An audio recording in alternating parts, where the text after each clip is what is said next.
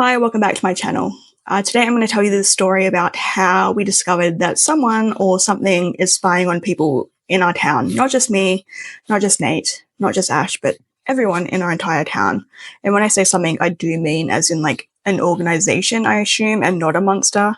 I don't think this is a monster story. I think it's just an organization, possibly. Well, you'll see. We're not actually supposed to be talking about this story. Me and Nate, we made a pact that we wouldn't acknowledge it and we just pretend it didn't exist. But I already made the mistake of mentioning it earlier in my stealing a hearse from my best friend's grandmother's funeral story time.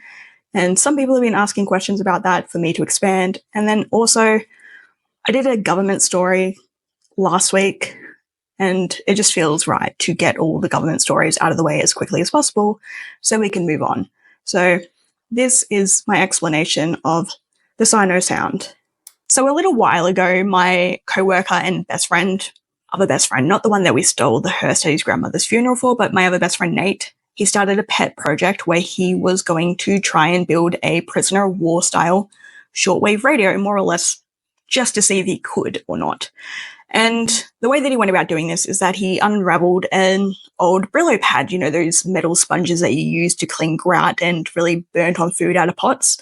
So he uncoiled one of those and he wrapped the coils around an old toilet paper holder, and that made up the base of the prisoner of war style radio. And then for the indicator, he went completely vulture on a few of the old electronics that we keep in the control room. And eventually, after a little while of him, fiddling around with all this, he did manage to come up with something that did have the capability of picking up a few really bad quality local radio stations. It also picked up something else entirely.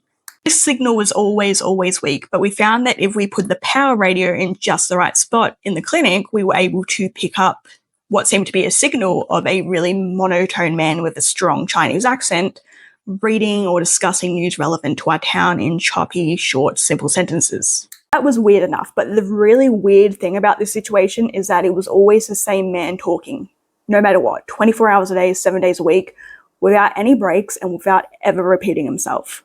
The temperature is 29 degrees outside. 3 more people in town today than there was this time yesterday. The share of horses to people within town is 3.92 to 1. The senior sergeant's wife is asleep. Time is 24 hours and 16 minutes. The feed store is closed. Light has been left on in the bowling club's function center. Talked about people from town, what they were having for dinner that night, how many pairs of shoes they owned, their favorite color and their favorite piece of clothing. Just random facts, sometimes connected and sometimes not.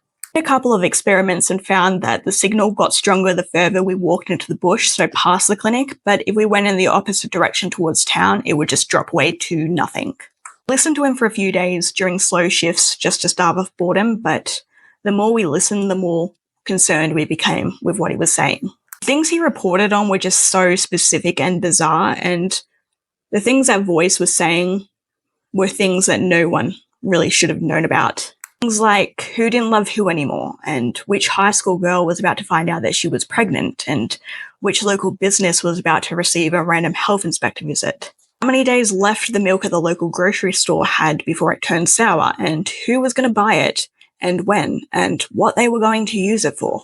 First we theorized that it was just a really elaborate work of fiction, but then one day we heard it announce Daniel Krogan's death in a car accident 8 hours before it happened. And then the voice started talking about us. To us even. Whereas doctor at hospital, she uses pseudonym Casey. Real name is unknown. She is inflicted with celestro-spongiform encephaly. She is threat level 9. She is aware of transmission. There is nurse at hospital. His name is Nathan. He is 33 years old. He is threat level Echo. He is aware of transmission. Nurse at hospital has built transmission receiver. Nurse is looking at Casey. Nurse is moving towards transmission receiver. Nurse is dismantling transmission receiver. He is. After that night, we swore that we would never listen to the transmission again, and we added the transmission to the very long list of try to forget stories that happen here at the clinic. And I guess when most people say and swear on their life that they're never going to do something ever again, they typically don't do it. But did I mention that Nate is not most people? It is with great disappointment that I announced to everyone, well, really more to myself than everyone else, that we have resorted to listening to it on several other occasions past that night. So I don't know what that means for a pact, if we have to, I don't know. I don't know what we do when we break a, swear on our lives kind of pact, but we have listened to it on several other occasions. Nate more than me, especially he went through a stage when one of our co-workers went missing for several weeks and then was murdered at work. He got a bit obsessed with it because he wanted to know where she was, because he was a lot closer to her than I was. And in the end, I had to take the radio away from him and dismantle it. But again, he's the one who built it. So in the end, he just put it back together, and we've had it ever since. Or at least he's had it ever since. I don't listen to it that often.